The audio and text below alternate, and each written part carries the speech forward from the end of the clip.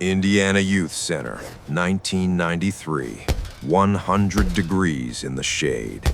The concrete yard melts under a white-hot sun. There is no poetry here, no room for pity.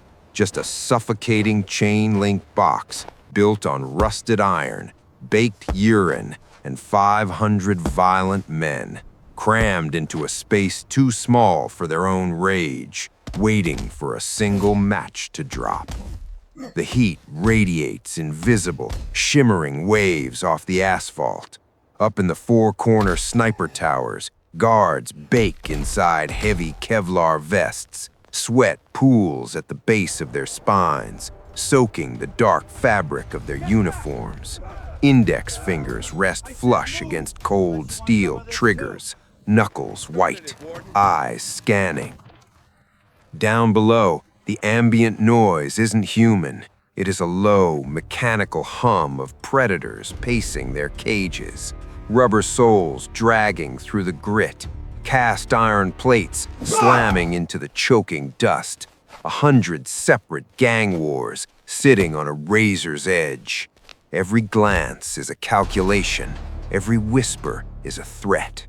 Over by the sagging perimeter fence, pressed hard against a dead zone, completely cut off from the yard politics, the GAN colors, and the smuggled shivs, stands one man, Mike. He is a sovereign island in a sea of wolves. He doesn't lift iron to build armor. He doesn't talk to establish dominance. He moves. Shh.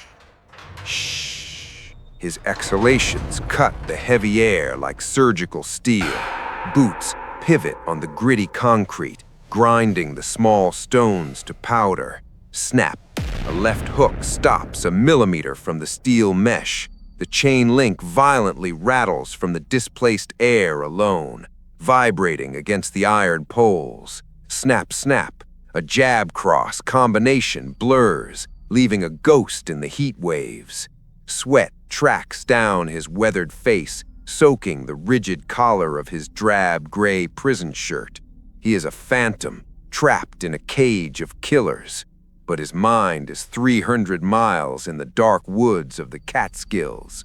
Cus D'Amato's raspy, immortal voice barking in the hollow, echoing chambers of his skull. Slip, weave, destroy. He isn't fighting the air. He isn't showing off. He's actively keeping the monster inside him on a choke chain.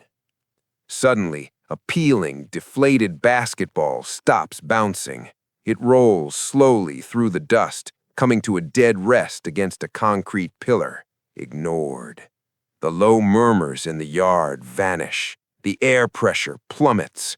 In a maximum security penitentiary, you don't need a siren to know violence just walked into the room. You feel it in the roots of your teeth. The hairs on the back of your neck stand up.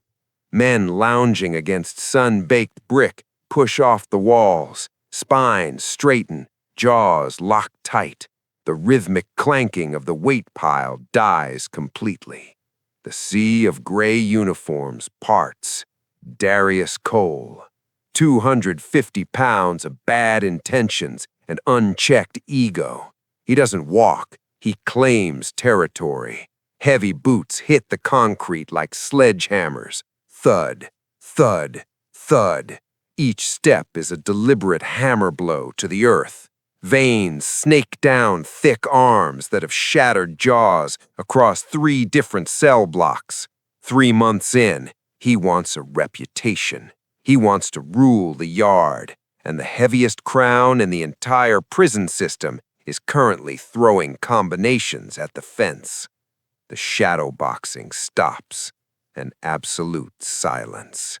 3 sycophants trail Darius, feeding off the Alpha's dark gravity. As they cross the yard, the invisible perimeter around Mike collapses. Dozens of convicts drift toward the fence. Boots shuffle softly through the dirt, kicking up small clouds of gray dust. A jagged, uneven circle forms. Caged animals gathering for the public slaughter, eyes wide, breath held. Up in the northwest tower, A guard slowly lowers his thermos. The coffee inside goes cold. He doesn't touch his black polymer radio. He doesn't call for backup. He just rests his heavy hand on his rifle, leaning against the hot glass, and watches the fuse burn down to the powder. Down below, Mike feels the shift in the atmosphere. An eclipse of muscle and bone stretches across the concrete, slowly swallowing his own shadow. But the rhythm doesn't break. Shh, shh, pivot, slip. Mike tracks a phantom, deliberately ignoring the flesh and blood mountain stopping exactly 10 feet away. Darius plants his feet wide.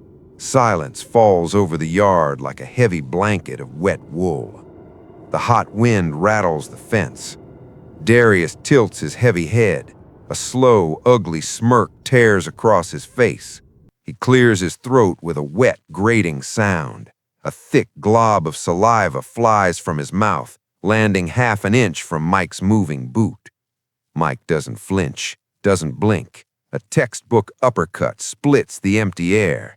His head slips the center line with millimeter precision. The giant 10 feet away is just a mirage baked into the concrete. Darius scuffs his heavy boot against the dirt, intentionally closing the distance. He puffs his chest, looking around, making damn sure every cutthroat in the circle hears the execution. Outside, you throw hands for $1 million, kid. The gravelly voice booms, echoing harshly off the sun-baked brick walls. In here, your life ain't worth a crumpled pack of smokes, kid. Still, Mike moves. Shh, shh. Dark sweat hits the dirt in heavy, rhythmic droplets. His eyes are blank, terrifyingly detached.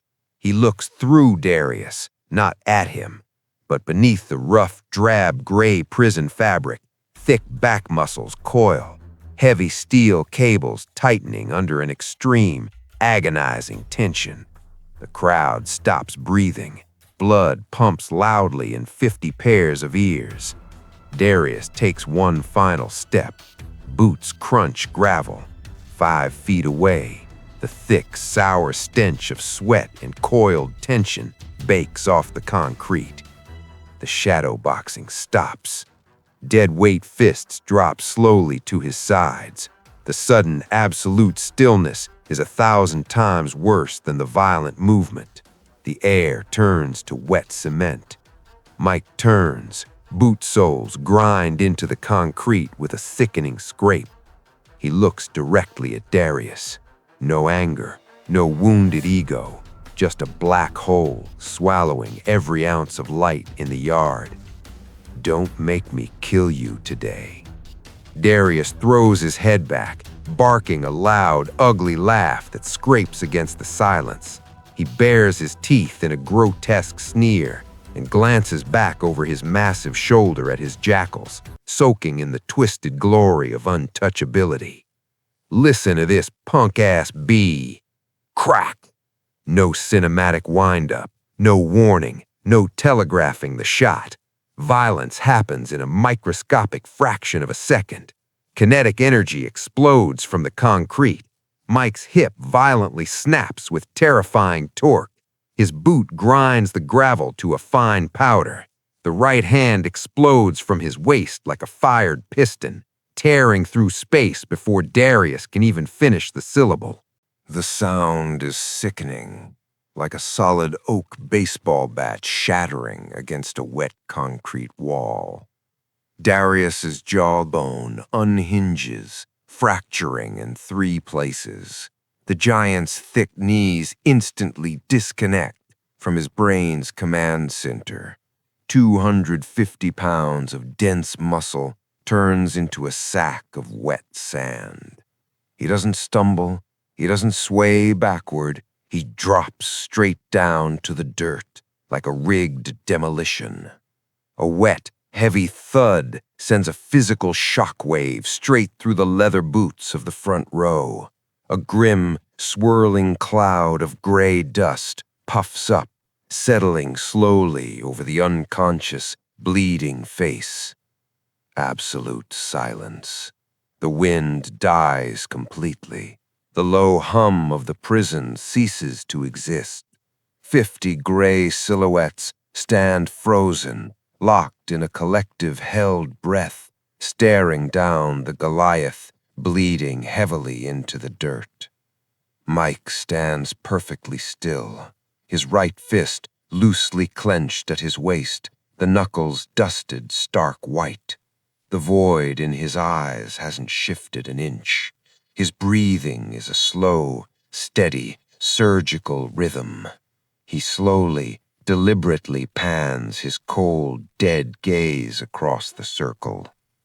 Anyone else? Calm, bored, barely above a whisper. Nobody breathes. Darius's crew stumbles backward, their heels catching on each other, tripping over their own feet.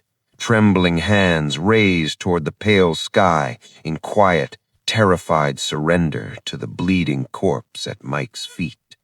Message received. Mike blinks. The void recedes just enough.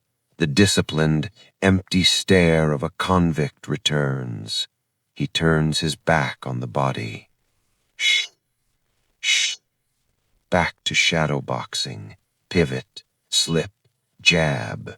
The giant bleeding out on the concrete is just a puddle he has to step around. A shrill, piercing whistle tears the dead air in half. Radios scream in a frantic, static-laced frenzy. Heavy boots pound the yard in unison. Guards swarm in from all four corners of the perimeter, solid steel batons drawn, knuckles white, bracing for a full-scale bloody riot. Pushing violently through the tight, tense wall of gray uniforms is Warden Morrison, a grizzled, cynical veteran who has scraped enough bodies off this concrete to know exactly how the dark, brutal ecosystem of the prison works. He breaches the circle, his face red, a vein pulsing at his temple. He looks down at Darius, snoring wetly, blowing bloody bubbles into a growing pool of dark crimson. He looks at Mike, who is calmly throwing precise, beautiful combinations into the wind. He looks at the 50 inmates, who are suddenly completely fascinated by the dirt on their shoelaces.